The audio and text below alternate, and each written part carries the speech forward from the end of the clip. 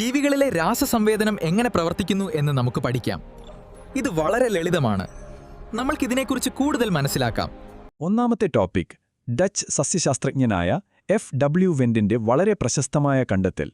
സസ്യങ്ങളുടെ വളർച്ചയ്ക്ക് പിന്നിലെ രഹസ്യം എന്താണെന്ന് കണ്ടെത്താനായിരുന്നു അദ്ദേഹത്തിന്റെ ശ്രമം. പരീക്ഷണത്തിന്റെ സ്റ്റെപ്പുകൾ പെട്ടെന്ന് നോക്കാം. വളരെ സിമ്പിളാണ് കേട്ടോ. ആദ്യം അദ്ദേഹം ഓട്സ് ചെടിയുടെ അഗ്രഭാഗം മുറിച്ചെടുത്ത് ഒരു അഗർ ജെല്ലിക്ക് മുകളിൽ വെച്ചു. കുറച്ചു സമയത്തിന് ശേഷം ആ അഗ്രം മാറ്റിയിട്ട് താഴെയുള്ള ജെല്ലി മാത്രം മുറിച്ചെടുത്തു. അവസാനം ആ ജെല്ലി കഷ്ണം അഗ്രം മുറിച്ചു മാറ്റിയ കാണ്ഡത്തിനു മുകളിൽ തിരികെ വെച്ചു. ഇത്രയുള്ളൂ സംഭവം. ഇനി ഇതിന്റെ റിസൾട്ട് എന്താണെന്ന് നോക്കാം. ഈ ജെല്ലി കാണ്ഡത്തിന്റെ കൃത്യം നടുഭാഗത്ത് വെച്ചപ്പോൾ അത് നേരെ മുകളിലേക്ക് തന്നെ വളർന്നു. എന്നാൽ ഒരു വശത്തേക്ക് മാറ്റിവെച്ചപ്പോഴോ ആ ഭാഗത്തെ കോശങ്ങൾക്ക് മാത്രം നീളം വയ്ക്കുകയും സസ്യം അതിന്റെ എതിർവശത്തേക്ക് വളയുകയും ചെയ്തു. ഇതിന് കാരണം എന്താണെന്നറിയാമോ? അഗ്രഭാഗത്തു നിന്ന് ജെല്ലിയിലേക്കിറങ്ങിയ ഓക്സിൻ എന്ന ആ ഒരു കെമിക്കലാണ് ഇതിനെല്ലാം കാരണം. നേരെ രണ്ടാമത്തെ സെക്ഷനിലേക്ക് പോകാം. ഹോർമോൺ പ്രവർത്തനങ്ങളും അവയുടെ സംവഹനവും. അതായത് കണ്ണുകൊണ്ട് കാണാൻ പോലും കഴിയാത്ത ഈ ചെറിയ രാസവസ്തുക്കൾ എങ്ങനെയാണ് ചെടികൾക്കുള്ളിൽ സഞ്ചരിക്കുന്നതെന്ന് നമുക്ക് നോക്കാം. ഇവിടെ നമ്മൾ ജന്തുക്കളും സസ്യങ്ങളും തമ്മിലുള്ള ഒരു വലിയ വ്യത്യാസമാണ് കാണാൻ പോകുന്നത്. നമ്മളെപ്പോലുള്ള ജന്തുക്കളിൽ ഹോർമോണുകൾ ഉണ്ടാകുന്നത് അന്തർസ്രാവി ഗ്രന്ഥികളിലാണ്. അത് സഞ്ചരിക്കുന്നതോ രക്തത്തിലൂടെയും. എന്നാൽ സസ്യങ്ങളിൽ അങ്ങനെയല്ല. അവയ്ക്ക് ഗ്രന്ഥികളോ രക്തമോ ഇല്ലല്ലോ. അവിടെ വേര്, കാണ്ഡം, ഇലകൾ എന്നിവയാണ് ഹോർമോണുകൾ ഉൽപ്പാദിപ്പിക്കുന്നത്. എന്നിട്ട് സൈലം, ഫ്ലോയം എന്നീ കുഴലുകൾ വഴിയാണ് അവ സസ്യത്തിന്റെ പല ഭാഗങ്ങളിലേക്കും സഞ്ചരിക്കുന്നത്. അടുത്തത് വളരെ പ്രധാനപ്പെട്ട ഒരു പോയിന്റാണ് ഹോർമോൺ റിസപ്റ്റർ കോംപ്ലക്സ്.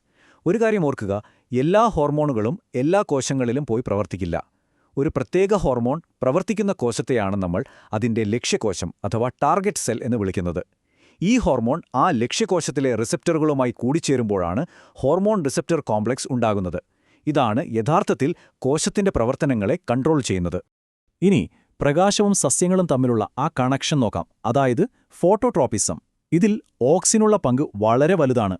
ചെടിക്ക് നേരെ മുകളിൽ നിന്ന് പ്രകാശം കിട്ടിയാൽ ഓക്സിൻ എല്ലാ ഭാഗത്തും തുല്യമായി വ്യാപിക്കും. എന്നാൽ പ്രകാശം ഒരു വശത്തുനിന്ന് മാത്രമാണെങ്കിലോ ഓക്സിൻ വേഗം തന്നെ കാണ്ഡത്തിന്റെ എതിർവശത്തേക്ക്, അതായത് തണലുള്ള ഭാഗത്തേക്ക് നീങ്ങും. എന്നിട്ട് അവിടെയുള്ള റിസപ്റ്ററുകളുമായി ചേർന്ന് ആ ഭാഗത്തെ കോശങ്ങളുടെ നീളം കൂട്ടും. അപ്പോൾ സ്വാഭാവികമായും എന്ത് സംഭവിക്കും? സസ്യം പ്രകാശമുള്ള ദിശയിലേക്ക് വളയും. അത്രയുള്ളൂ. മൂന്നാമത്തെ ഭാഗത്തിലേക്ക് വരാം. സ്വാഭാവിക ഹോർമോണുകളും സസ്യങ്ങളുടെ ജീവിതചക്രവും. ഇത് എളുപ്പം ഓർത്തുവയ്ക്കാൻ, ചെടിയുടെ ഓരോ വളർച്ചാഘട്ടങ്ങളിലും ഏതൊക്കെ ഹോർമോണുകളാണ് പ്രവർത്തിക്കുന്നത് എന്ന് നമ്മൾ തിരിച്ചു പഠിക്കാൻ പോവുകയാണ്. ആദ്യം വിത്ത് ദശ. വിത്തിനകത്ത് ശരിക്കും ഒരു രാസയുദ്ധം തന്നെയാണ് നടക്കുന്നത്.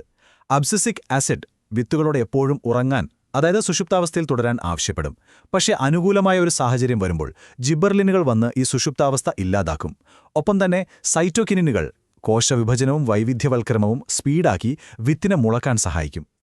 ഇനി ചെടി വളരുന്ന സമയത്ത്, അതായത് വളർച്ചാദശയിൽ എന്താണ് സംഭവിക്കുന്നതെന്ന് നോക്കാം. ഓക്സിനുകൾ കാണ്ഡത്തിന്റെ നീളം കൂട്ടും. പക്ഷേ അതേസമയം പാർശ്വമുകുളങ്ങളുടെ വളർച്ച തടയുകയും ചെയ്യും. എന്നാൽ ഇതിന് നേർവിപരീതമായിട്ടാണ് സൈറ്റോകിനിനുകളുടെ പണി. അവ പാർശ്വമുകുള വളർച്ച ഉത്തേജിപ്പിക്കുകയും ഇലകളുടെ പച്ചപ്പ് നിലനിർത്തുകയും ചെയ്യും. ഇതിനിടയിൽ ജിബ്രിലിനുകളും സൈറ്റോകിനിനുകളും ചേർന്ന് വേരിലും കാണ്ഡത്തിലുമുള്ള കോശവിഭജനം സ്പീഡാക്കുകയും ചെയ്യും.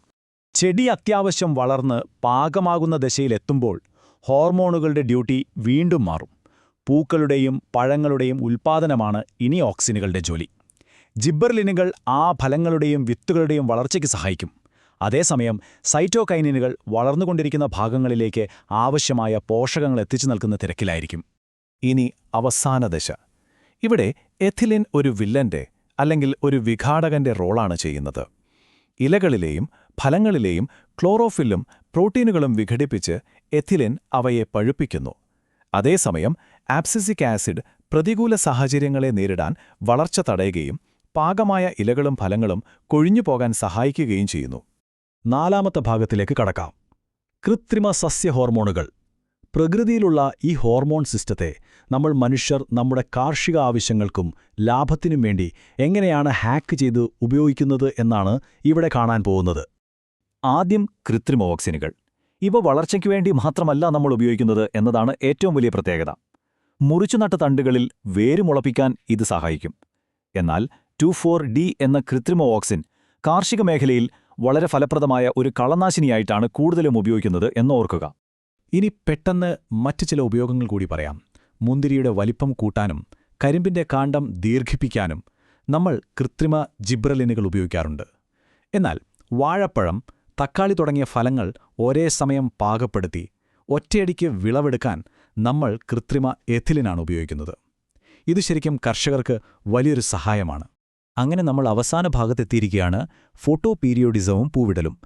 ചെടികൾക്ക് വാച്ചൊന്നുമില്ലെങ്കിലും അവ എങ്ങനെയാണോ സമയം മനസ്സിലാക്കുന്നത് എന്ന വളരെ ഇൻട്രസ്റ്റിംഗ് ആയൊരു കാര്യമാണ് ഇനി നമ്മൾ നോക്കാൻ പോകുന്നത്. എക്സാമിന് ഈ 2 ടേംസ് ഉറപ്പായും ഓർത്തുവെക്കുക. ഒന്നാമത്തേത് ഫോട്ടോ പീരിയോഡിസം, അതായത് പകലിന്റെയും രാത്രിയുടെയും ദൈർഘ്യത്തോടുള്ള സസ്യങ്ങളുടെ പ്രതികരണം.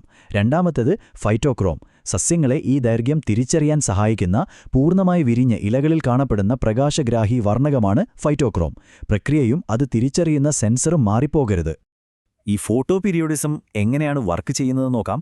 വളരെ കൃത്യമായ 3 സ്റ്റെപ്പുകളാണ് ഇതിലുള്ളത്. ആദ്യം ഇലകളിലെ ഫൈറ്റോക്രോം ദിനരാത്രങ്ങളുടെ ദൈർഘ്യം തിരിച്ചറിയും. എന്നിട്ട് ആ മെസ്സേജ് അല്ലെങ്കിൽ ഉദ്ദീപനം കാണ്ഡത്തിന്റെ അഗ്രമെരിസ്റ്റത്തിലേക്ക് നൽകും. അതനുസരിച്ച് പൂക്കളുടെ ഉൽപ്പാദനത്തെ നിയന്ത്രിക്കുന്ന ജീനുകൾ ഉത്തേജിപ്പിക്കപ്പെടുകയും ചെടിയിൽ പൂക്കളുണ്ടാവുകയും ചെയ്യും. അവസാനിപ്പിക്കുന്നതിന് മുൻപ് ഈ ഒരു ചോദ്യം കൂടി നിങ്ങൾ ചിന്തിച്ചു നോക്കുക. ഇത്രയും സൂക്ഷ്മമായ രാസമാറ്റങ്ങൾ ഒരിലയുടെയോ ചെടിയുടെയോ ഭാവിയെ തീരുമാനിക്കുന്നുവെങ്കിൽ കണ്ണുകൊണ്ട് കാണാൻ പോലും കഴിയാത്ത ഈ ഹോർമോണുകൾ നമ്മുടെ ആഗോള ഭക്ഷ്യവിതരണത്തെയും കാർഷിക മേഖലയെയും എത്രത്തോളം അടിസ്ഥാനപരമായി സ്വാധീനിക്കുന്നുണ്ടാവും, അല്ലേ? അപ്പോൾ യാതൊരു ലാഗുമില്ലാതെ ചാപ്റ്റർ 4-ലെ ഏറ്റവും പ്രധാനപ്പെട്ട പോയിന്റുകൾ നമ്മൾ പഠിച്ചു കഴിഞ്ഞു. എല്ലാം ഓർത്തുവെക്കുക, എക്സാമിന് അടിപൊളിയായിട്ട് എഴുതുക. All the best.